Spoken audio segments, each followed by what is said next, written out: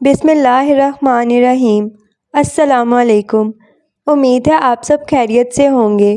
آج جو ناول ہم شروع کرنے والے ہیں وہ ہے آب حیات۔ اگر ویڈیو پسند آئے تو لائک اور شیئر ضرور کریں اور ہمارے چینل کو سبسکرائب کریں۔ بیل آئیکن پریس کرنا نہ بھولیں تاکہ ہماری نئی آنے والی ویڈیو سے آپ باخبر رہیں۔ آئیں شروع کرتے ہیں ناول۔ میرے بچے کہاں ہیں؟ امامہ نے اٹینڈنٹ کی شکل دیکھتے ہی ہوش و حواس سنبھالنے کے بعد سب سے پہلا سوال یہی کیا تھا۔ وہ کچھ دیر میں آپ کے پاس آ جائیں گے۔ آپ کو فوری طور پر اس ہسپتال سے کہیں منتقل کرنا ہے۔ اٹینڈنٹ نے بے حد مؤدب انداز میں اس سے کہا تھا۔ امامہ نے بستر سے اٹھنے کی کوشش کی تھی اور بے اختیار کرراہ کر رہ گئی تھی۔ زخم والی جگہ اب سن نہیں رہی تھی۔ اسے لگا تھا جیسے کوئی خنجر کسی نے یکدم اس کے پیٹ کے نچلے حصے میں کھونپا تھا۔ اٹینڈنٹ نے جلدی سے آگے بڑھ کر اسے واپس لٹانے میں مدد کی اور اسے لٹانے کے بعد سائڈ ٹیبل پر رکھی ہوئی اس ٹرے میں سے ایک انجیکشن اٹھا کر سرنج میں بھرنا شروع کیا جو وہ لائی تھی۔ مجھے کوئی انجیکشن نہیں لگوانا، مجھے اپنے بچوں کو دیکھنا ہے، امامہ نے بے حد تیزی سے اس سے کہا تھا۔ یہ آپ کی تکلیف کم کر دے گا، آپ کی حالت ابھی ٹھیک نہیں ہے، اٹینڈنٹ نے کہتے ہوئے گلوکوز کی بوتل میں سرنج کی سوئی کھونپ دی۔ امامہ نے اپنے ہاتھ کی پشت پر ٹیپ کے ساتھ چپکی ہوئی سرنج نکال دی۔ مجھے فی الحال کسی میڈیسن کی ضرورت نہیں ہے، مجھے اپنے بچوں سے ملنا ہے اور اپنے شوہر سے بات کرنی ہے۔ وہ اس بار زخم کی تکلیف کو نظر انداز کرتے ہوئے اٹھ بیٹھی تھی اور اس نے اٹینڈنٹ کا ہاتھ بھی جھٹک دیا۔ وہ اٹینڈنٹ کچھ دیر چپ کھڑی رہی تھی، پھر وہ خاموشی سے کمرے سے نکل گئی تھی۔ اس کی واپسی آدھے گھنٹے کے بعد ہیڈی، جبریل اور عنایہ کے ساتھ ہوئی تھی۔ کمرے کا دروازہ کھلتے ہی ماں پر پہلی نظر پڑتے ہی جبریل اور عنایہ شور مچاتے ہوئے اس کی طرف آئے تھے اور اس کے بستر پر چڑھ کر اس سے لپٹ گئے تھے۔ وہ 1.5 دن کے بعد ماں کو دیکھ رہے تھے۔ ہیڈی بھی بے اختیار لپک کر اس کے پاس آئی تھی۔ 1.5 دن سے امامہ کو نہ دیکھنے پر اور ڈاکٹرز کی بار بار کی لیت و لال پر امامہ کے حوالے سے اس کے ذہن میں عجیب و غریب وہم آ رہے تھے اور اب امامہ کو بخیریت دیکھ کر وہ بھی جذباتی ہوئے بنا نہیں رہ سکی تھی۔ تم نے سالار کو اطلاع دی؟ امامہ نے ہیڈی کو دیکھتے ہی اس سے پوچھا تھا۔ میں کل سے ان سے رابطہ کرنے کی کوشش کر رہی ہوں لیکن ان کا نمبر نہیں مل رہا۔ میں نے ان کے آفس اسٹاف سے بھی رابطہ کیا ہے لیکن وہ کہہ رہے ہیں کہ سالار صاحب کے ساتھ ان کا بھی رابطہ نہیں ہو رہا۔ امامہ کے دماغ کو ایک جھٹکا لگا تھا۔ وہ ہیڈی کا پہلا جملہ تھا جس نے اسے چونکایا تھا۔ کل؟ وہ بڑبڑائی۔ آج کیا تاریخ ہے؟ اس نے ہیڈی سے پوچھا اور ہیڈی نے جو تاریخ بتائی وہ اس دن کی نہیں تھی جس دن وہ ہاسپٹل میں آئی تھی۔ وہ پچھلی دوپہر کو ہاسپٹل آئی تھی اور اس وقت اگلی رات ہو چکی تھی۔ اسے یقین نہیں آ رہا تھا۔ وہ اتنے لمبے عرصے تک خواب آور ادویات کے زیر اثر رکھی گئی تھی اور کل سے سالار نے کوئی رابطہ نہیں کیا تھا۔ وہ امریکہ تو کل ہی پہنچ چکا تھا، پھر اس سے رابطہ کیوں نہیں ہو رہا تھا؟ اس نے ہیڈی سے اپنا بیگ لے کر اس میں سے فون نکال کر اس پر کال کی تھی۔ اٹینڈنٹ نے اسے بتایا کہ ہاسپٹل میں اس حصے میں سگنلز نہیں آتے تھے۔ وہ اس کا منہ دیکھ کر رہ گئی تھی۔ اپنے سیل فون پر اس نے سب چیٹس ایپ اور ٹیکسٹ میسیجز چیک کر لیے تھے۔ کل سے آج تک اس پر کچھ بھی نہیں تھا، اس وقت سے لے کر جب وہ ہاسپٹل آئی تھی اب تک۔ بے حد تشویش لاحق ہونے کے باوجود امامہ نے یہی سمجھا تھا کہ ہاسپٹل میں سگنلز کے ایشوز کی وجہ سے وہ کوئی کال یا ٹیکسٹ ریسیو نہیں کر سکی۔ اس سے پہلے کہ وہ ہیڈی سے کچھ اور پوچھتی، ہیڈی نے اسے کانگو میں ہونے والے فسادات کے بارے میں بتایا تھا اور ساتھ یہ بھی کہ گومبے میں ان کے گھر پر بھی حملہ کیا گیا تھا۔ امامہ سکتے میں رہ گئی تھی۔ ہیڈی کے پاس تفصیلات نہیں تھیں کیونکہ وہ ایک بار ہاسپٹل سے نکلنے کے بعد دوبارہ بچوں کو چھوڑ کر کہیں نہیں گئی تھی۔ اس کے پاس جو بھی خبریں تھیں وہ اس کے خاندان کے افراد کی طرف سے فون پر ملی تھیں یا پھر ہاسپٹل میں لگے ٹی وی سیٹ پر نشر ہونے والی نیوز سے۔ یہ وہ لمحہ تھا جب امامہ کو پہلی بار سالار کے حوالے سے بے قراری ہوئی تھی۔ پیٹرس ایباکا مارا گیا تھا تو سالار کہاں تھا؟ وہ بھی تو واشنگٹن میں تھا۔ ہیڈی نے اسے نیوز چینلز پر چلنے والی ساری خبریں بتائی تھیں۔ پیٹرس ایباکا کیسے مارا گیا اور کیسے اس کی موت سامنے آئی۔ اس سے آخری بار ملنے کے لیے جانے والا شخص سالار سکندر تھا اور سالار سکندر اس وقت سے غائب تھا۔ امامہ کے ہاتھ کانپنے لگے تھے۔ اس کا خیال تھا اسے دنیا میں سب سے زیادہ محبت جبریل سے تھی، پھر عنایا سے، پھر اپنی اس اولاد سے جس کو ایک دن پہلے اس نے پہلی بار دیکھا تھا۔ لیکن اب جب سالار یکدم اس کی زندگی سے کچھ دیر کے لیے عجیب طرح سے غائب ہوا تھا تو اس کے اوزان خطا ہونے لگے تھے۔ وہ جبریل اور عنایا کو اسی طرح بستر پر چھوڑ کر درد سے بے حال ہوتے ہوئے بھی لڑکھڑاتے قدموں سے فون لیے کمرے سے باہر نکل آئی تھی۔ اسے ہاسپٹل میں اس جگہ جانا تھا جہاں سے وہ کال کر سکتی اور اس سے بات کر سکتی۔ اسے اس گھر کے تباہ و برباد ہونے کا بھی خیال نہیں آیا تھا جس میں ہونے والی لوٹ مار کے بارے میں ہیڈی نے اسے کچھ دیر پہلے بتایا تھا۔ گھر، بچے، سب کچھ یکدم اس ایک شخص کے سامنے بے معنی ہو گیا تھا جو اس کا صاحبہ تھا، جو زندگی کی دھوپ میں اس کے لیے تب چھاؤں بنا تھا جب اس کا وجود حدت سے جھلس رہا تھا۔ پاؤں آبلہ پا ہو گئے تھے۔ اٹینڈنٹ اور ہیڈی نے اسے روکنے اور پیچھے آنے کی کوشش کی۔ وہ نہیں رکی۔ اس نے ہیڈی کو اپنے پیچھے نہیں آنے دیا۔ اسے بچوں کے پاس رکنے کے لیے کہا۔ وہ ننگے پاؤں، پھوڑے کی طرح دکھتے جسم کے ساتھ لڑکھڑاتے قدموں سے کوریڈور میں نکل آئی تھی۔ سالار وہاں ہوتا تو اس حالت میں اسے بستر سے ہلنے بھی نہ دیتا، لیکن سارا مسئلہ یہی تو تھا کہ سالار وہاں نہیں تھا اور وہ اسے پانے کے لیے بے حال ہو رہی تھی۔ ہاسپٹل میں کوئی ایسی جگہ ڈھونڈتی جہاں سگنل آ جاتے، جہاں سے وہ سالار سے بات کر پاتی، اس کی آواز سن لیتی۔ اس کا جسم ٹھنڈا پڑ رہا تھا۔ یہ موسم نہیں تھا جو اسے لرزا رہا تھا، خوف تھا جو رگوں میں خون جما رہا تھا۔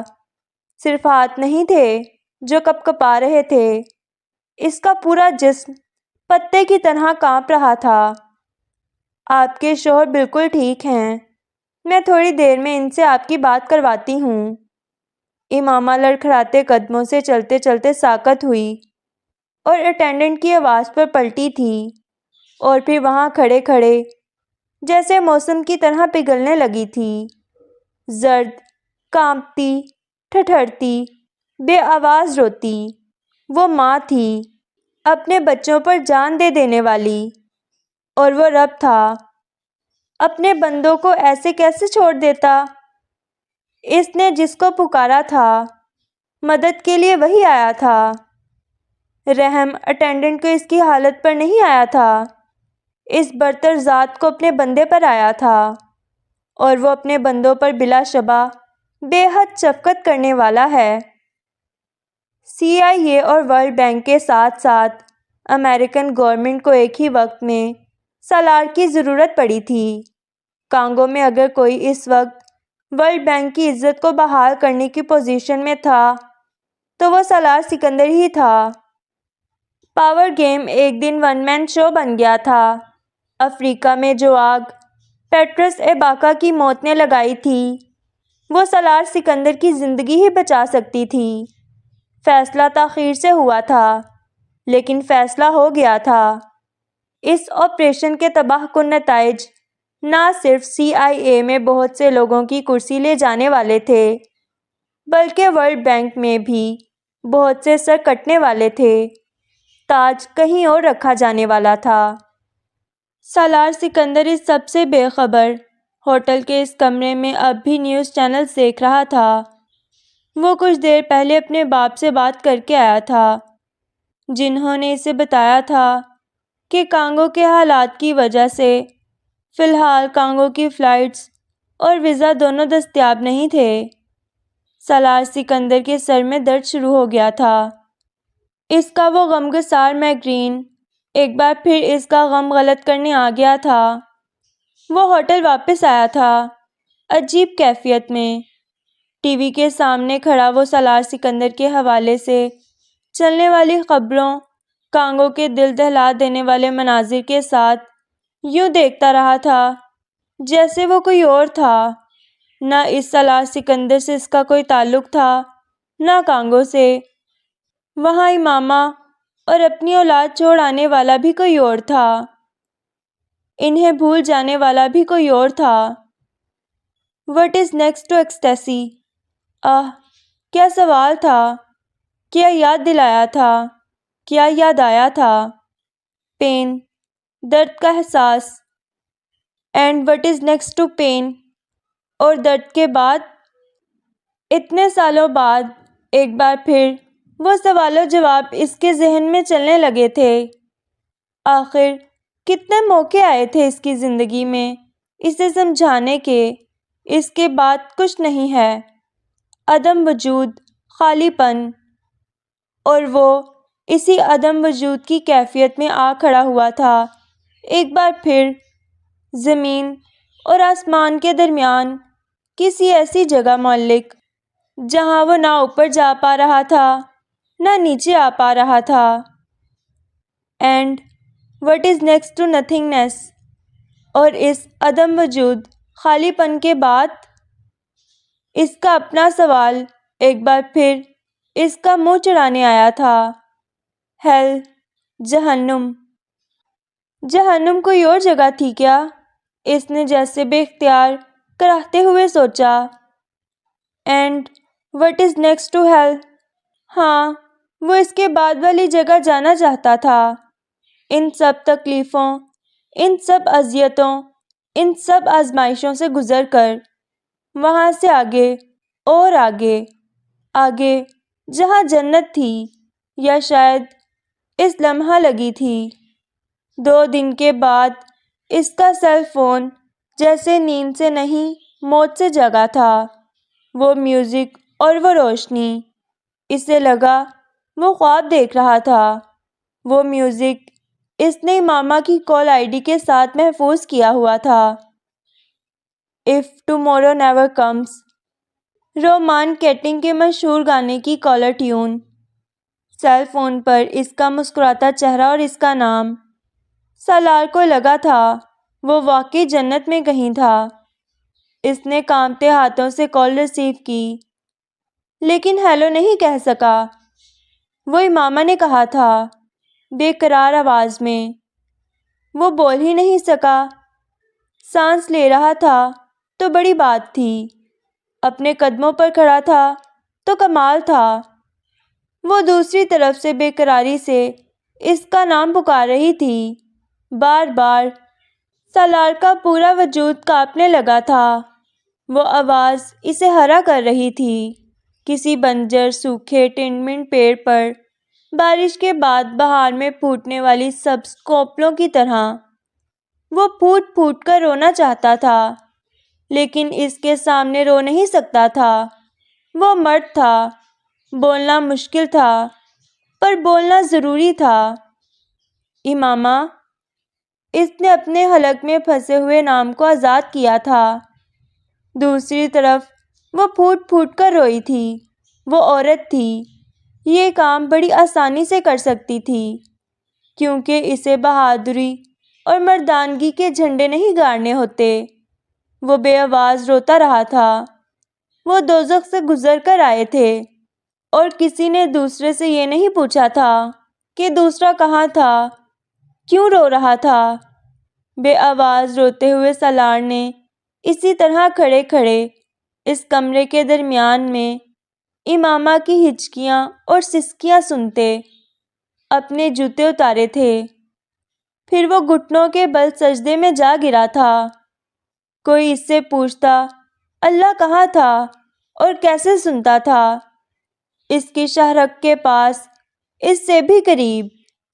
کئی سال پہلے وہ ریڈ لائٹ ایریا میں امامہ کے نہ ہونے پر اسی طرح ایک طوائف کے کوٹھے پر سجدے میں جا گرا تھا۔ آج وہ امامہ کے ہونے پر سجدے میں گرا تھا۔ بے شک اللہ ہر چیز پر قادر ہے۔ مشرق مغرب ہر چیز اس کی متاع ہے۔ وہ کن کہتا ہے اور چیزیں ہو جاتی ہیں، گمان سے آگے، بیان سے باہر۔ بے شک اللہ ہی سب سے بڑا ہے، بے شک اللہ ہی سب سے طاقتور ہے۔ ہی از کیوٹ۔ جبریل نے امین پر ایک نظر ڈالنے کے بعد 3 لفظوں میں بڑے محتاط اور مفصل انداز میں اپنے خاندان میں اس نئے اضافے پر تبصرہ کیا تھا، جو فی الحال اسی قسم کے انکیوبیٹر میں تھا جس میں اس نے پہلی بار اسے دیکھا تھا۔ اس کے برعکس عنایا بڑے اشتیاق سے والہانہ انداز میں اس چھوٹے بھائی کو دیکھ رہی تھی جس کی آمد کے بارے میں وہ مہینوں سے سن رہی تھی اور جسے ایک پری پرستان سے ایک رات ان کے گھر چھوڑ کر جانے والی تھی۔ امامہ کی باتیں سن سن کر اسے چھوٹے بھائی سے زیادہ اس پری کو دیکھنے میں دلچسپی ہو گئی تھی جو ان کے گھر روز ہی دیکھنے آتی تھی کہ انہیں بھائی کی ضرورت تھی یا نہیں۔ وہ امامہ سے بھائی سے زیادہ پری کے بارے میں اشتیاق سے کریت کریت کر پوچھتی تھی۔ جبریل البتہ پاس بیٹھا اپنی سٹوری بکس کے صفحے الٹتے پلٹتے دونوں کی گفتگو سنتا رہتا تھا۔ اس نے کبھی نہ بھائی کے بارے میں سوال کیا تھا نہ پری کے بارے میں، کیونکہ اسے پتا تھا ممی جھوٹ بول رہی تھیں، کیونکہ نہ پریاں ہوتی ہیں اور نہ بھائی کو پری نے لانا تھا۔ بھائی کو اسپتال سے آنا تھا اور اسپتال خود جانا پڑے گا، اور وہ بھی کار سے، سڑک کے ذریعے، اس ہسپتال میں جہاں وہ ممی کے ساتھ جاتے تھے۔ لیکن اس نے اپنی یہ معلومات صرف عنایا کے ساتھ تنہائی میں شیئر کی تھی، امامہ کے سامنے نہیں۔ کیا ممی جھوٹ بولتی ہیں؟ عنایا نے اس سے پوچھا۔ نہیں، وہ جھوٹ نہیں بولتی، لیکن تم چھوٹی ہو، اس لیے وہ تم سے یہ کہتی ہیں۔ اس نے بڑے مدبرانہ انداز میں بہن کو سمجھایا تھا، جس نے بھائی کی فراٹے دار زبان اور سوال سن سن کر بہت جلدی بولنا شروع کر دیا تھا۔ وہ سب اس وقت امریکن ایمبیسی کے اندر موجود ایک چھوٹے سے میڈیکل یونٹ میں تھے۔ وہ طوفان جو ان کی زندگی اڑانے آیا تھا کچھ بھی تہس نہس کیے بغیر قریب سے گزر کر چلا گیا تھا۔ امامہ اپنے تینوں بچوں کے ساتھ سالار سے بات چیت کے بعد اب پرسکون تھی۔ اس نے وقفے وقفے سے پاکستان میں سب سے بات کی تھی، سب کو اپنی خیریت کی اطلاع دی تھی اور سب سے امین کی پیدائش پر مبارکباد وصول کی تھی۔ بچے کی جنس کا پتہ چلنے کے بعد وہ کئی مہینے پہلے ہی اس کا نام طے کر چکے تھے۔ امین کی حالت بہتر تھی، وہ کمزور تھا لیکن صحت مند اور ایکٹیو تھا۔ اگر اس کی پیدائش قبل از وقت نہ ہوئی ہوتی اور امامہ کی سرجری نہ ہوئی ہوتی تو سالار فوری طور پر ان کو وہاں سے واشنگٹن بلانے کی کوشش کرتا، لیکن فوری طور پر امامہ اور امین ایئر ٹریول نہیں کر سکتے تھے، اس لیے سالار کانگو آنے والا تھا اور وہ اب اس کے انتظار میں امریکن ایمبیسی میں تھے، جہاں بہت سے اور بھی لوگ پناہ لیے ہوئے تھے۔ جب تک انہیں کانگو سے نکالنے کے انتظامات نہ ہو جاتے یا حالات پر قابو نہ پا لیا جاتا۔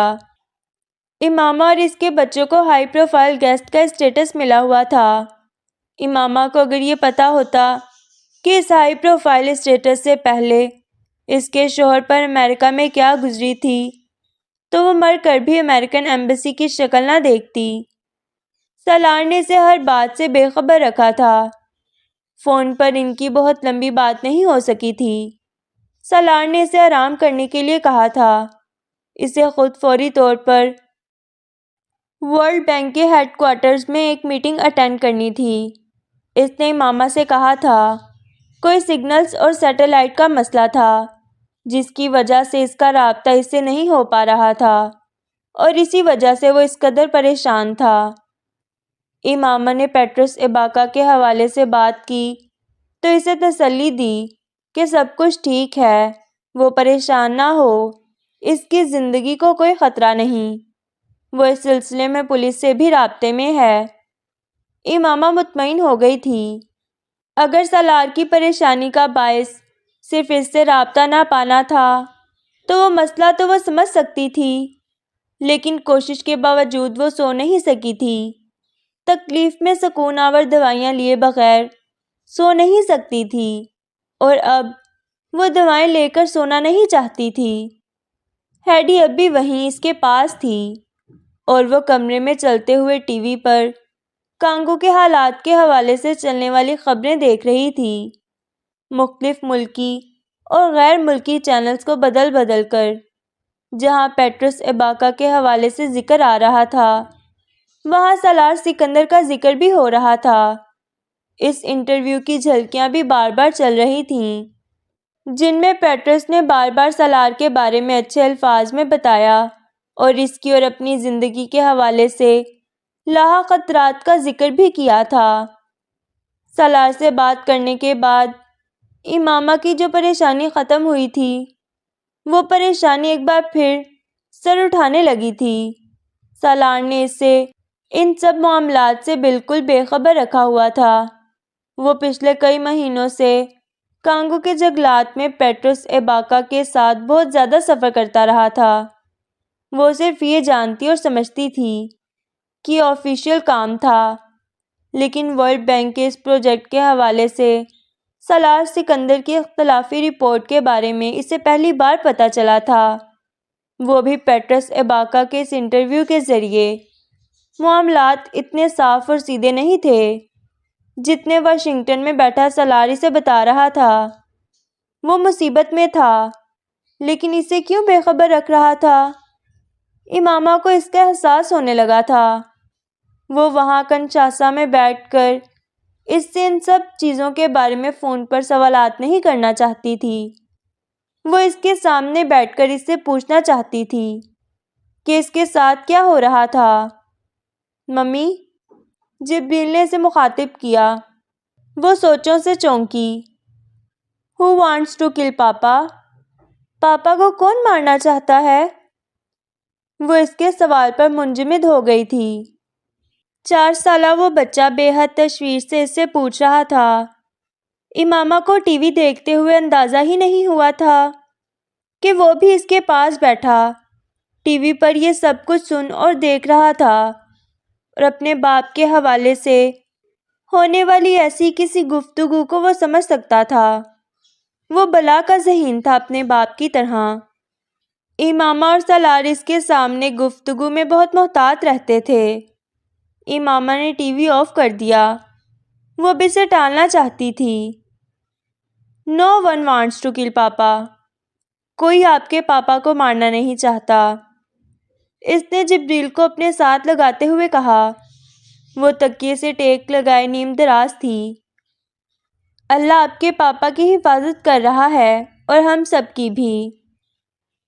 وہ اسے تھپتھپاتے ہوئے بولی۔ اللہ نے پیٹرس اباکا کی حفاظت کیوں نہیں کی؟ امامہ لاجواب ہو گئی۔ بڑوں کے سوالوں کے جواب آسان ہوتے ہیں، بچوں کے نہیں۔ جبریل کے سوال اسے ہمیشہ ایسے ہی لاجواب کرتے تھے۔ وہ بحث نہیں کرتا تھا، بات پوچھتا تھا، جواب سنتا تھا، سوچتا تھا اور خاموش ہو جاتا تھا۔ مگر امامہ یہ نہیں سمجھ پاتی تھی اس کے جواب نے اسے قائل کیا یا نہیں۔ وہ بچہ گہرا تھا، اس کا احساس اسے تھا وہ بہت حساس تھا، وہ اس سے بھی لاعلم نہیں تھی، لیکن اسے یہ اندازہ نہیں تھا کہ وہ اپنے ماں باپ کے حوالے سے بہت ساری باتیں سوچتا تھا جو وہ ان سے پوچھتا بھی نہیں تھا۔ دیکھو تمہارا چھوٹا بھائی کیسا لگتا ہے تمہیں؟ امامہ نے اب اس کی توجہ ایک دوسرے موضوع کی طرف لے جانے کی کوشش کی۔ ہی از کیوٹ، اس نے جواب دیا تھا حمین کے بغور جائزے کے بعد، لیکن اس جواب میں جذباتیت، خوشی اور حیرانی مفقود تھی۔ تمہارے جیسا لگتا ہے نا؟ امامہ نے اسے خوش کرنے کی کوشش کی۔ مجھے تو نہیں لگتا۔ جبریل نے کچھ اور احتیاط سے بغور اس کا جائزہ لینے کے بعد ماں کو فوراً جواب دیا تھا۔ اسے شاید ماں کا یہ تبصرہ اور مماثلت اچھی نہیں لگی تھی۔ اچھا، تم سے کیسے ڈفرینٹ ہے؟ امامہ نے دلچسپی سے پوچھا۔ اس کی مونچھیں ہیں، میری تو نہیں ہیں۔ امامہ بے ساختہ ہنسی۔ وہ حمین کے چہرے اور بالائی لب پر آنے والے روئیں کو دیکھتے ہوئے کہہ رہا تھا۔ عنایا اب بھی امامہ کے بیڈ کے بالکل قریب پڑے انکیوبیٹر کی دیوار سے چپکی کھڑی تھی، یوں جیسے حمین چڑیا گھر کا کوئی جانور تھا جسے وہ گلاس وال سے ناک اور ہاتھ ٹکائے واو والے تاثرات کے ساتھ دیکھ رہی تھی۔ یہ میری طرح لگتا ہے، اس نے بہت مدھم آواز میں اٹکتے ہوئے امامہ کو مطلع کیا تھا۔ وہ عنایا کی مدھم آواز پر ہنس پڑی تھی۔ وہ احتیاط کر رہی تھی کہ سویا ہوا بھائی بیدار نہ ہو جائے۔ انہیں اندازہ نہیں تھا، وہ سویا ہوا بھائی نہیں تھا، سویا ہوا جن تھا جو بیدار ہونے کے لیے اپنے باپ کی آمد کا انتظار کر رہا تھا۔ سالار سکندر اور امامہ ہمیشہ اپنے آپ کو خوش قسمت سمجھتے تھے کہ اللہ تعالیٰ نے انہیں ایسی اولاد دی تھی جو بالکل مشکل نہیں تھی۔ نہ ہی ان دونوں نے انہیں کسی بھی لحاظ سے تنگ کیا تھا۔ ان کے خاندان، دوستوں اور جبریل کے اسکول میں بھی ان دونوں کے بچوں کو مثالی بچے اور انہیں مثالی والدین مانا جاتا تھا۔ کانگو کے فسادات میں پیدا ہونے والا وہ تیسرا بچہ، ان کا وہ سکون اور چین چھین کر انہیں واقعی مثالی بنانے کے لیے بھیجا گیا تھا۔ CIA نے جس بچے کو 3 ہفتے پہلے دوائیوں کے ذریعے قبل از وقت دنیا میں لانے کی کوشش کی تھی، انہیں اگر محمد حمین سکندر کا تعارف ہو جاتا تو وہ اس پیدائش کو کم از کم 300 سال تک روکتے۔ ورلڈ بینک کے بورڈ آف گورنرز کے ایک ہنگامی اجلاس نے متفقہ طور پر سالار سکندر افریقہ کے لیے ورلڈ بینک کا نیا نائب صدر، نیا چہرہ چنا تھا۔ یہ عہدہ ورلڈ بینک کی تاریخ میں پہلی بار کسی غیر ملکی کو دیا جا رہا تھا، کسی غیر افریقی کو دیا گیا تھا، اور دینے کی وجوہات ساری دنیا کے سامنے تھیں۔ سالار سکندر چینلز پر چلنے والی ان بریکنگ نیوز اور الرٹس کے درمیان ورلڈ بینک کے ہیڈ کوارٹرز میں ورلڈ بینک کے صدر سے ملاقات کے لیے تیاری کر رہا تھا، جو ورلڈ بینک کے صدر کی درخواست پر ہو رہی تھی۔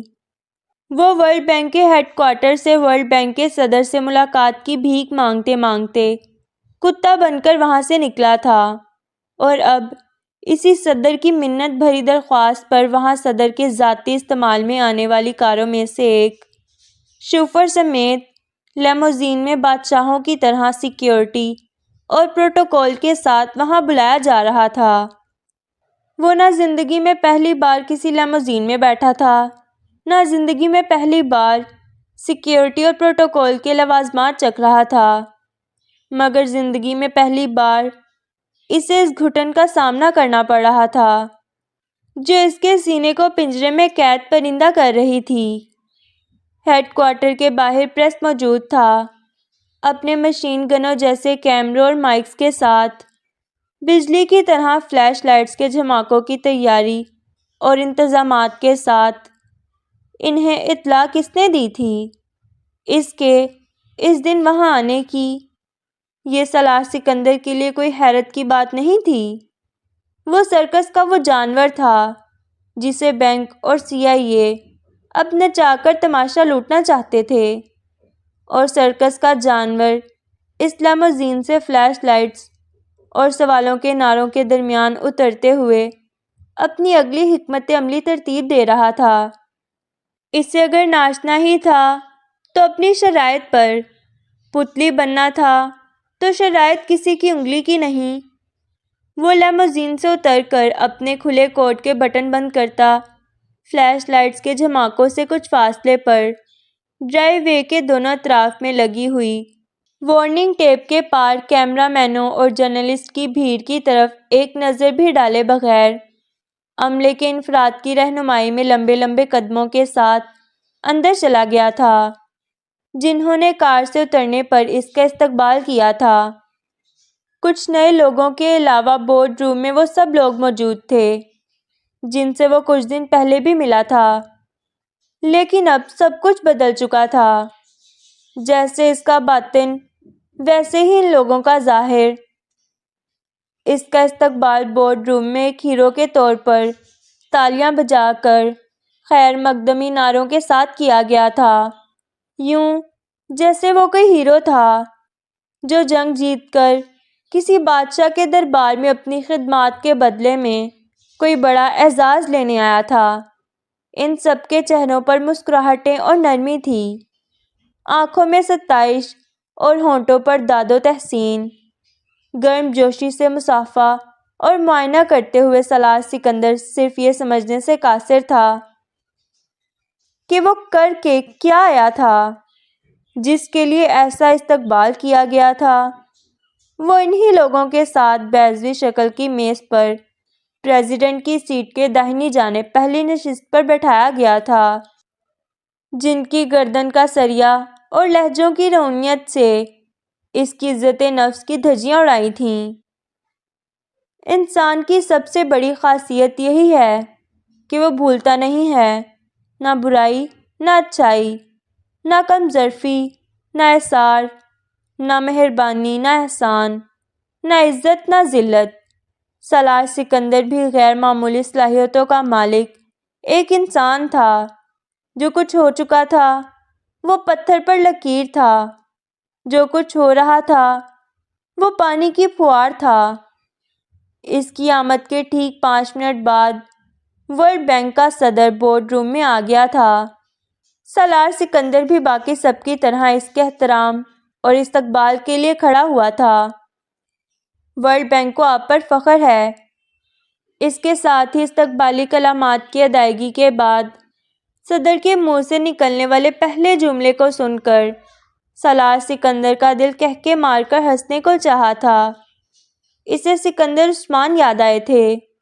اس کے بچپن میں اسکول میں اس کے ٹیچر سے ملتے ہوئے وہ اپنی اس 5ویں خبیث اولاد کی عزت انہی الفاظ میں کرتے تھے، کیونکہ سائیکیٹرسٹ نے انہیں سختی سے سمجھایا تھا کہ ان کے ملامتی جملے ان کے اس غیر معمولی ذہین بیٹے کے دماغ اور نفسیات پر برے اثرات چھوڑ سکتے ہیں، اور اپنی اس 5ویں اولاد کے کارناموں پر جلنے کڑنے کے باوجود I love you کہتے تھے اور I am proud of you، مجھے تم پر فخر ہے۔ ورلڈ بینک کا صدر سالار سکندر کا باپ نہیں تھا، مگر امریکہ تھا، اور اس وقت اگر بینک کے صدر کو اپنے عہدے کے لالے پڑے ہوئے تھے تو امریکہ کو افریقہ میں اپنے مفادات اور اس ساکھ کے جس اچھی ساکھ کا اسے وہم تھا۔ سالار سکندر انہیں اس وقت وہ مسیحا لگ رہا تھا جو سب کچھ کر سکتا تھا، کم از کم افریقہ میں۔ پریزیڈنٹ کے جملے پر بورڈ روم کے لوگوں نے تالیاں بجائی تھیں، یوں جیسے وہ پریزیڈنٹ کی تعریف کی تائید کر رہے ہوں۔ سالار نے شکریہ ادا کیا تھا اور پریزیڈنٹ کے سیٹ سنبھالنے کے بعد سب لوگوں کی طرح اپنی سیٹ پر بیٹھ گیا تھا۔ پریزیڈنٹ نے کانگو کی صورتحال سے گفتگو کا آغاز کیا تھا اور وہاں ورلڈ بینک کے ملازمین پر ہونے والے حملوں میں زخمی اور مارے جانے والے لوگوں کے لیے 1 منٹ کی خاموشی اختیار کی تھی، اور اس کے بعد پیٹرس ایباکا کو شاندار خراج عقیدت پیش کیا تھا۔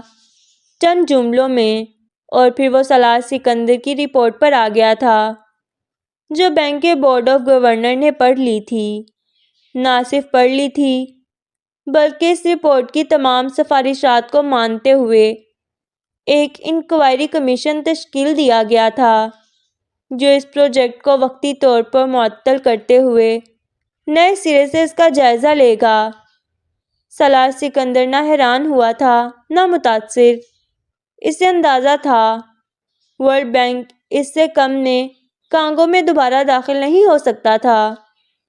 انہیں وہ پروجیکٹ اب ان حالات میں ختم کرنا ہی تھا، اور اگر وہ یہ ظاہر کر رہے تھے کہ بورڈ آف گورنرز نے وہ رپورٹ اب پڑھی تھی اور اس کو فوری طور پر متفقہ طور پر منظور کر لیا تھا، تو ان کے پاس اس کے علاوہ اور کوئی چارہ ہی نہیں تھا۔ یہ نقصان کو کنٹرول کرنے کے لیے اختیار کی جانے والی CIA کی حکمت عملی کا پہلا حصہ تھا۔ یہ پینڈورا باکس ان کی وجہ سے کھلا تھا، اب اس کو انہیں ہی بند کرنا تھا۔ وہ جس جارحیت کو بہترین حکمت عملی مان کر چلے تھے ناکام ہو گئی تھی، تو انہیں اب بیک فٹ پر جا کر دفاعی حکمت عملی اختیار کرنی پڑ رہی تھی۔ سالار سکندر خاموشی سے پریزیڈنٹ کی گفتگو سنتا رہا تھا۔ اس نے اپنی گفتگو کے اختتام پر سالار سکندر کو دی جانے والی نئی ذمہ داریوں کا اعلان کیا تھا۔ بورڈ روم میں بجتی ہوئی تالیوں میں وہ بے تاثر چہرے کے ساتھ اپنی بے وقت خدمات کے صلے میں ملنے والے اہم ترین عہدے کی قدر و قیمت کا اندازہ لگا رہا تھا۔ اس کی پریزنٹیشن جو اس نے کچھ دن پہلے اسی بورڈ روم میں پیش کرنے سے بھی کئی ماہ پہلے ورلڈ بینک کو بھیجی تھی، اور جس پر اسے خاموشی سے رپورٹ واپس لینے یا عہدہ چھوڑ دینے کی دھمکی دی گئی تھی، اب بورڈ روم میں دوبارہ چلائی جا رہی تھی، اور بورڈ روم میں بیٹھا ہوا ہر شخص اس رپورٹ میں پیش کیے جانے والے حقائق سلائیڈز کو دیکھ کر یوں حیران و مضطرب نظر آنے کی کوشش کر رہا تھا جیسے وہ زندگی میں پہلی بار اس رپورٹ سے اور اس رپورٹ کے اندر پیش کیے جانے والے حقائق سے متعارف ہو رہا ہو۔ اگر وہ ایکٹرز تھے تو کسی تھرڈ کلاس تھیٹر کمپنی کے، اور اگر منافق تھے تو اعلیٰ معیار کے۔ سالار کو وہاں بیٹھے ایسا لگ رہا تھا جیسے وہ دنیا کے طاقتور ترین مالیاتی ادارے کے ہیڈ کوارٹر میں نہیں بلکہ کسی گھٹیا تھیٹر میں چلنے والے مزاحیہ ڈرامے کے سامنے بیٹھا ہے جس میں ہر ایکٹر اوور ایکٹنگ کر رہا تھا، اور مشین میں ریکارڈ کہہ کے اور تالیاں ہر جملے اور ایکسپریشن پر بج بج کر اسے ماسٹر پیس ثابت کرنے پر تلے تھے۔ میں صدر اور بورڈ روم میں موجود تمام لوگوں کا شکریہ ادا کرتا ہوں کہ انہوں نے مجھے یہاں آنے کا موقع دیا۔ مجھے بہت خوشی ہے کہ اس رپورٹ کو بنیاد بناتے ہوئے اس میں پیش کی جانے والی تمام سفارشات کو مان لیا گیا ہے۔ مجھے امید ہے اس قدم کے اٹھانے سے ورلڈ بینک کو ایک بار پھر کانگو میں اپنی ساکھ بحال کرنے میں مدد ملے گی۔ میٹنگ پر سالار سکندر کو بات کرنے کے لیے کہا گیا تھا، اور اس نے بہت مختصر بات کی تھی، to the point, formal, professional, جذبات کے بغیر، اور اسی دو ٹوک انداز میں جس کے لیے وہ مشہور تھا۔ میں شکر گزار ہوں کہ ورلڈ بینک اور بورڈ آف گورنرز نے مجھے نائب صدر کے لیے منتخب کیا، لیکن میں اپنی ذاتی مصروفیات کی وجہ سے یہ عہدہ نہیں سنبھال پاؤں گا۔ مجھے یقین ہے ورلڈ بینک کی ٹیم نے اس عہدے کے لیے مجھ سے زیادہ موزوں لوگ موجود ہیں۔ صدر نے اس کے آخری جملوں پر بے چینی سے اپنی نشست پر پہلو بدلا۔ اسے توقع تھی، اور صرف اسے نہیں، انہیں توقع تھی کہ سالار سکندر کا جواب اس آفر پر کیا آئے گا، لیکن اس کے باوجود اسے بے چینی ہوئی تھی۔ اس وقت انہیں اپنی ساکھ بچانا تھی، اور یہ کام اس وقت سالار ہی کر سکتا تھا۔ وہ میٹنگ اس کے بعد 2-3 منٹ کے اندر ختم ہو گئی، اور اس کے بعد سالار ورلڈ بینک کے صدر سے اکیلے میں ملا تھا۔ وہاں کا ماحول الگ تھا۔ جو باتیں ہوئی تھیں وہ بھی کچھ اور تھیں۔ مجھے اپنے کمرے سے چوری ہونے والی تمام چیزیں چاہیے، لیپ ٹاپ، ٹریول ڈاکومنٹس، میرے باقی ڈاکومنٹس۔ سالار سکندر نے اس کمرے میں میٹنگ کے شروع میں ہی ایجنڈا سیٹ کیا تھا۔ اب اس کا کچھ بھی داؤ پر نہیں لگا تھا اور وہ باتیں منوانے ہی آیا تھا۔ آپ کے کمرے سے چوری ہو جانے والی چیزوں سے ورلڈ بینک کا کیا تعلق؟ صدر نے انجان بننے کی پہلی اور آخری کوشش کی تھی۔ سالار نے بات کاٹ دی تھی۔ اگر میری چیزیں نہیں مل سکتی تو پھر مجھے کسی بھی ایشو پر بات کرنے کے لیے یہاں نہیں بیٹھنا۔ صدر اس کی آنکھوں میں آنکھیں ڈالے دیکھتا رہا، پھر اس نے لہجہ نرم رکھتے ہوئے اسے جیسے چمکارا۔ میں ہدایات جاری کرتا ہوں کہ فوری طور پر آپ کے نقصان کی تلافی کی جائے اور آپ کے ڈاکومنٹس کا متبادل۔ سالار نے اسی اکڑ پن سے اس کی بات کاٹی تھی۔ مجھے اپنی چیزیں چاہیے، نہ نقصان کی تلافی چاہیے، نہ کوئی متبادل۔ مجھے اپنے اوریجنل ڈاکومنٹس چاہیے۔ خاموشی کے ایک لمبے وقفے کے بعد صدر نے ہتھیار ڈالے اور کہا، ٹھیک ہے، مل جائیں گے، لیکن ورلڈ بینک اور امریکہ کو کانگو میں آپ کی ضرورت ہے۔ ایک شرط اس نے منوائی تھی، ایک شرط انہوں نے رکھ دی تھی۔ میں کسی کی کٹ پتلی بن کر کانگو میں وہاں کے انسانوں کا استعمال نہیں کر سکتا، نہ کروں گا۔ اس نے دو ٹوک انداز میں کہا، آپ کانگو میں جا کر وہ کریں جو آپ کرنا چاہتے ہیں۔ صدر نے کہا، میں بندے ہاتھوں کے ساتھ کہیں کچھ نہیں کر سکتا۔ نائب صدر کے طور پر آپ کو لامحدود پاورز دیے جائیں گے اور فوری طور پر مطلع کر دیا جائے گا۔ آپ اس پروجیکٹ کو روکنا چاہتے ہیں یا وہاں چلنے والے کسی بھی پروجیکٹ کو؟ آپ کو ہیڈ کوارٹر کی منظوری کی ضرورت نہیں۔ آپ کو اختیار دیا جائے گا کہ آپ یہ فیصلہ خود کر سکیں۔ چند لمحوں تک سالار بول نہیں سکا۔ یہ جال تھا تو پکا تھا، جھانسا تھا تو اچھا۔ وہ ماتھے پر بلوں کے ساتھ ہونٹ کاٹتا میز کی دوسری طرف بیٹھے شخص کو دیکھتا رہا، جس کی کرسی کسی بھی وقت جانے والی تھی، اور یہ اندازہ صرف صدر ہی کو نہیں، سب کو تھا۔ مگر وہ ایک باعزت راستہ چاہتا تھا، لاتیں کھا کر جانے کی بجائے باتوں کے ذریعے جانا چاہتا تھا۔ جتنے اختیارات آپ مجھے دے کر کانگو میں بھیجنا چاہتے ہیں، اتنے اختیارات آپ کسی کو بھی دے کر کانگو بھیج دیں، وہ صورتحال سنبھال لے گا۔ سالار نے کچھ لمحے خاموشی کے بعد کہا، ایشو اختیارات کا نہیں ہے، نیت کا ہے۔ جو تم افریقہ میں کرنا چاہتے ہو، کوئی دوسرا نہیں کرنا چاہے گا۔ سالار اس شخص کا چہرہ دیکھتا رہا۔ کچھ وقت لو، سوچو، پھر فیصلہ کرو۔ اسے قید کر کے آزاد کیا گیا تھا۔ اس نے واپسی پر بھی میڈیا سے بات نہیں کی تھی۔ الجھن تھی کہ اور بڑھی تھی، گھٹن تھی کہ سوا ہوئی تھی۔ واپسی کا راستہ بھی اس لموزین کے کانٹوں پر طے ہوا تھا۔ ہوٹل میں واپس آتے ہی اس نے کمرے میں ٹی وی پر نہ صرف ورلڈ بینک ہیڈ کوارٹرز جاتے اپنی فوٹیج دیکھ لی تھی، بلکہ نیوز چینلز پر اپنی تعیناتی کی بریکنگ نیوز بھی دیکھ لی تھی۔ وہ اس کے لیے انکار مشکل سے مشکل تر بنا رہے تھے، جال کی ڈوریاں کستے جا رہے تھے۔ اس کا سیل فون منٹوں میں مبارکباد کے پیغامات اور کال سے بجنے لگا تھا۔ پہلے اس فون کا نہ بجنا قیامت تھا، اور اب بجے چلے جانا عذاب۔ اور اس سب کے بیچوں بیچ اس نے امامہ کو کال کی تھی، یہ جاننے کے باوجود کہ یہ خبر اس تک بھی پہنچ گئی ہوگی۔ اس کا رد عمل کیا ہو سکتا تھا؟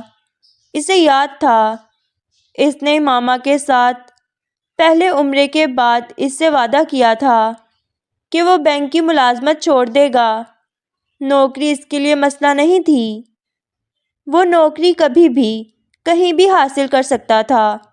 مگر اس سے پہلے اس نے کبھی یہ غور نہیں کیا تھا کہ وہ جن جگہوں پر کام کرتا رہا تھا وہ بلا واسطہ یا بال واسطہ سود سے منسلک رہے تھے۔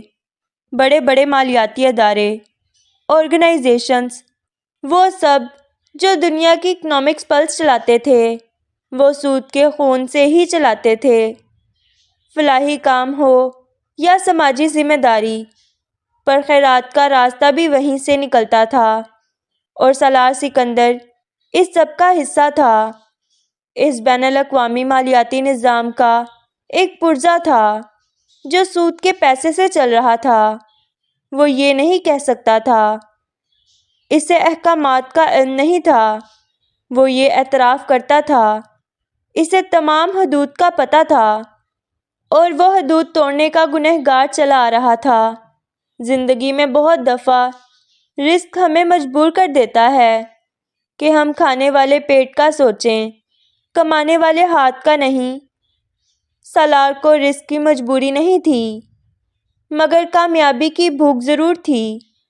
احساس کیے بغیر امامہ نے پہلی دفعہ بڑی ڈھٹائی سے اس شیشے کے گھر کو توڑا تھا جو اس نے اپنے گرد بنایا تھا۔ اسے وہ عکس دیکھنے پر مجبور کیا تھا جسے وہ اپنا نہیں مانتا تھا۔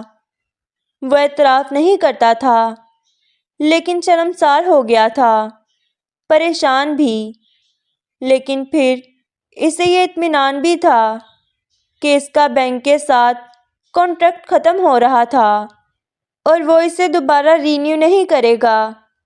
امریکہ جا کر اس نے پی ایچ ڈی کے ساتھ جس مالیاتی ادارے میں جز وقتی اکانومسٹ کی نوکری کی تھی وہ کوئی انویسٹمنٹ بینک نہیں تھا، لیکن کہیں نہ کہیں وہ بھی سود کے کاروبار سے مبرا نہیں تھا۔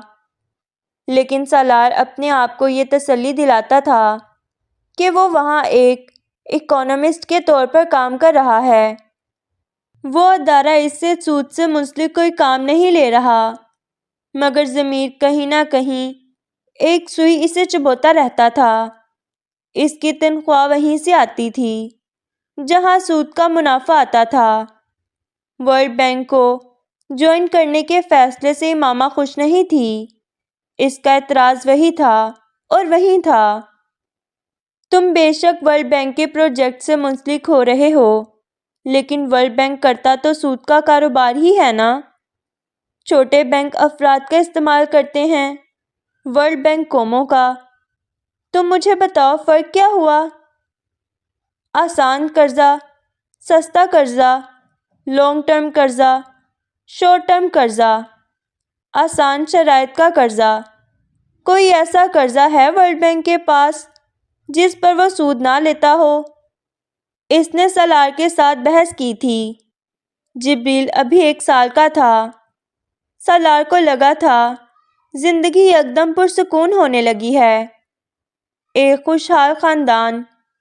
زندگی کا وہ فیز جو وسیم اور سعد کی حادثاتی موت کے بعد امامہ کے ڈپریشن اور پاکستان چلے جانے کے ساتھ شروع ہوا تھا، وہ آہستہ آہستہ ہی صحیح لیکن ختم ہوتا چلا گیا تھا۔ اور تب جو موقع سالار کو ورلڈ بینک کی صورت میں ملا تھا وہ اس کے تجربے اور عمر کے حساب سے بہت شاندار تھا۔ وہ امامہ کے اعتراضات پر بے حد ناراض ہوا تھا۔ اگر ہم اسی طرح ایک ایک چیز میں مین میخ نکالتے رہیں گے تو پھر اس معاشرے میں اور اس سسٹم میں تو کہیں بھی کام نہیں کر سکیں گے، کیونکہ یہ تو پورا معاشرہ سود پر کھڑا ہے اور وہ ہمارے لیے اپنے سسٹم کو نہیں بدلیں گے۔ اس نے امامہ کو سمجھانے کی کوشش کی تھی، پھر تو ہمیں حلال کمانے کی کوشش بھی ترک کر دینی چاہیے۔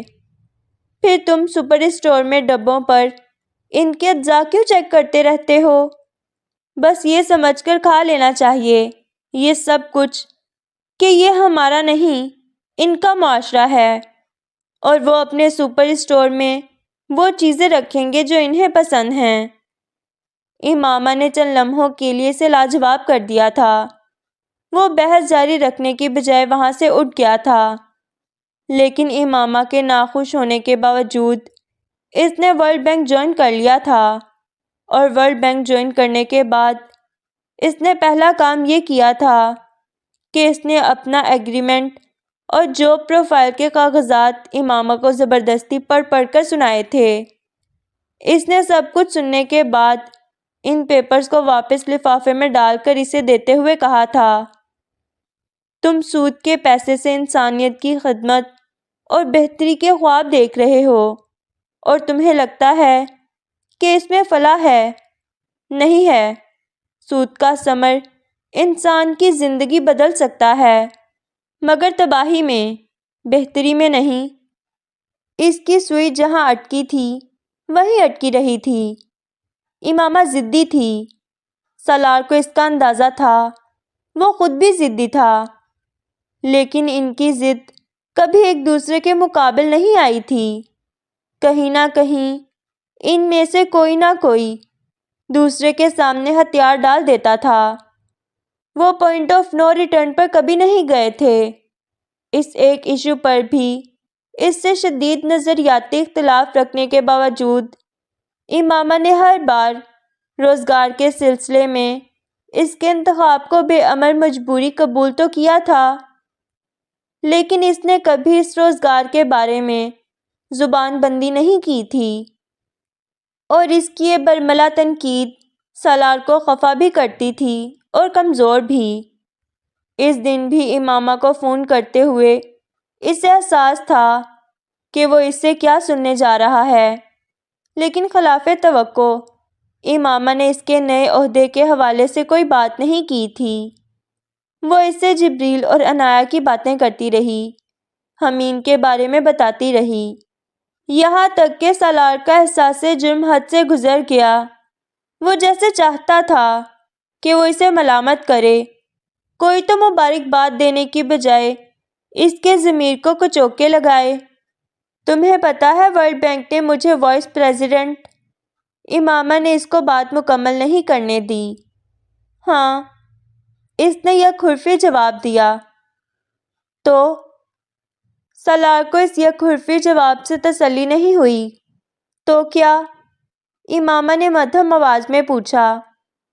تو تم کچھ نہیں کہو گی؟ اس نے جان بوجھ کر یہ نہیں کہا تھا کہ تمہارا کیا خیال ہے۔ یس، ایک اور یک حرفی جواب آیا۔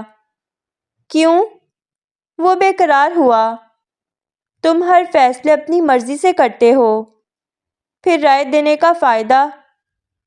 سالار ایک لمحے کے لیے خاموش ہوا، پھر اس نے مدھم آواز میں کہا، میں نے ابھی آفر قبول نہیں کی۔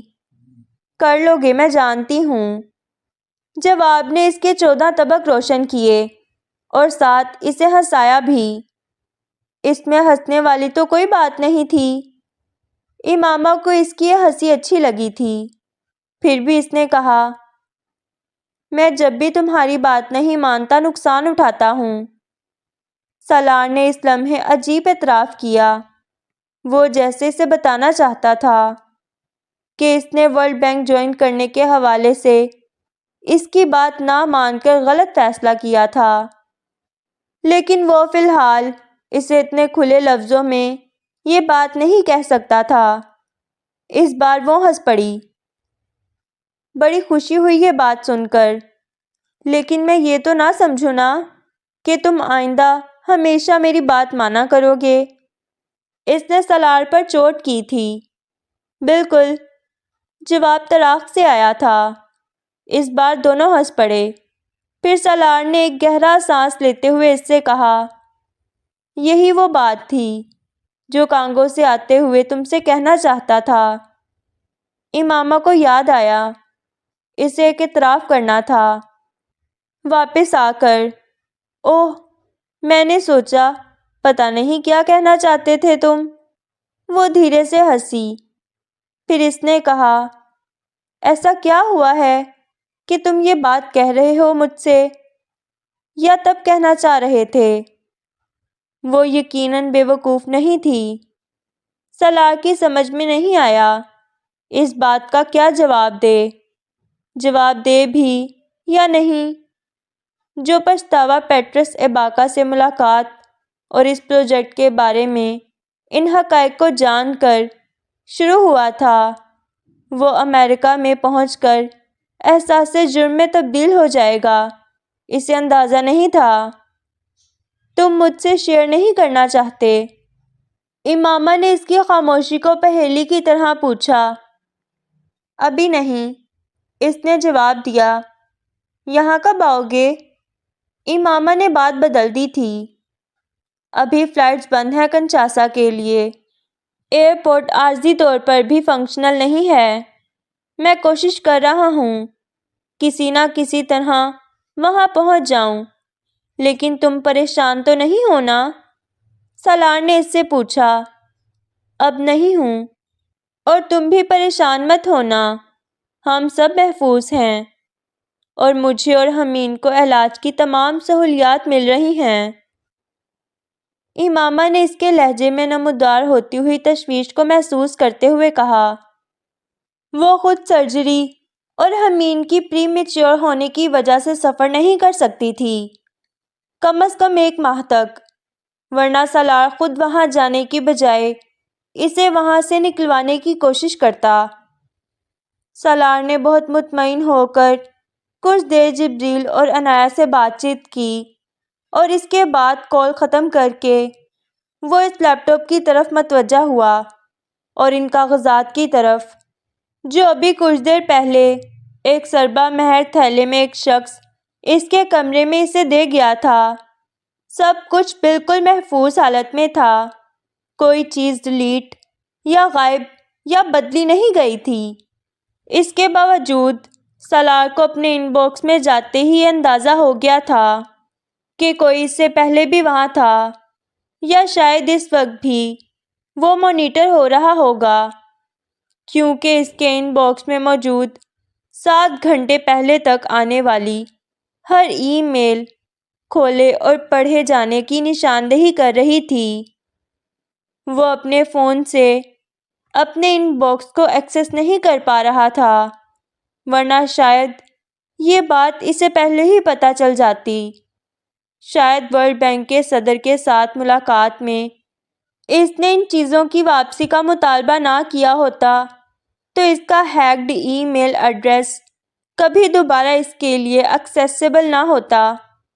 اس سے اب غصہ نہیں آ رہا تھا، نہ ہی بے بسی کی سی کیفیت کو اس نے اس وقت محسوس کیا تھا۔ جو بلائیں اسے چمٹ چکی تھیں وہ اس کا اپنا انتخاب تھیں۔ ان باکس میں موجود ای میلز پر ایک طائرانہ نظر ڈالتے ہوئے، ایک ای میل پر ایک لمحے کے لیے جیسے اس کا دل لمحہ بھر کے لیے رکا تھا، وہ پیٹرس ایباکا کی طرف سے میڈیا سینٹر کے باہر سے اسے بھیجا جانے والا آخری پیغام تھا، جو بہت لمبا ہو جانے کی وجہ سے ایباکا نے ٹیکسٹ کرتے کرتے اسے ای میل کر دیا تھا۔ بوجھل دل کے ساتھ اس نے اس ای میل کو کھول لیا۔ تمہیں پتہ ہے میں اس وقت کہاں کھڑا ہوں؟ Time Warner centre. اور کس لیے؟ میں ابھی کچھ دیر پہلے اینڈرسن کوپر کے ساتھ تھا CNN اسٹوڈیو میں، اس کے شو میں شرکت سے پہلے ابتدائی بات چیت کے ایک سیشن کے لیے۔ مجھے پتہ ہے اس وقت تم کہو گے، oh my God man you did it, یہ تم نے کیا ہے۔ یس آئی ڈیڈ اٹ، جی جناب۔ سالار نے ایک لمحے کے لیے آنکھیں بند کر لیں۔ وہ کئی راتوں سے سو نہیں پایا تھا، آنکھوں میں جلن تھی، لیکن جس چیز نے اس وقت اس کی آنکھوں کو دھندلایا تھا وہ مسکراہٹیں تھیں، ایباکا کے جملے کے اختتام پر، جس میں وہ فخریہ انداز میں مسکرایا اور بیٹ اچھال کر آنکھیں گھما رہا تھا۔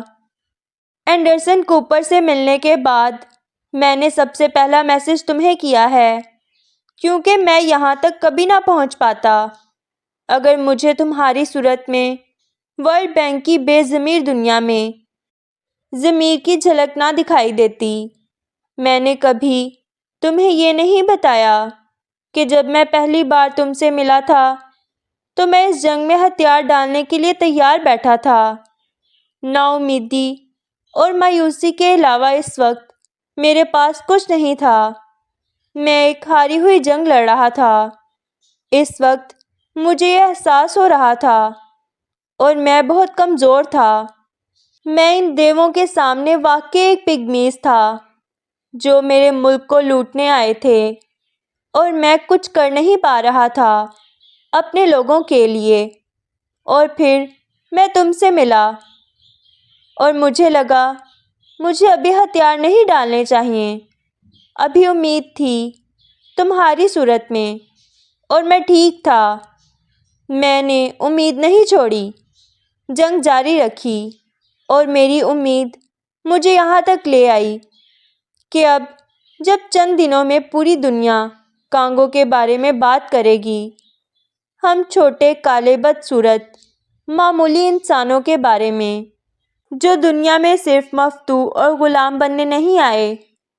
میں نے آج کوپر کو تمہارے بارے میں بھی بتایا، وہ تم سے بھی بات کریں گے۔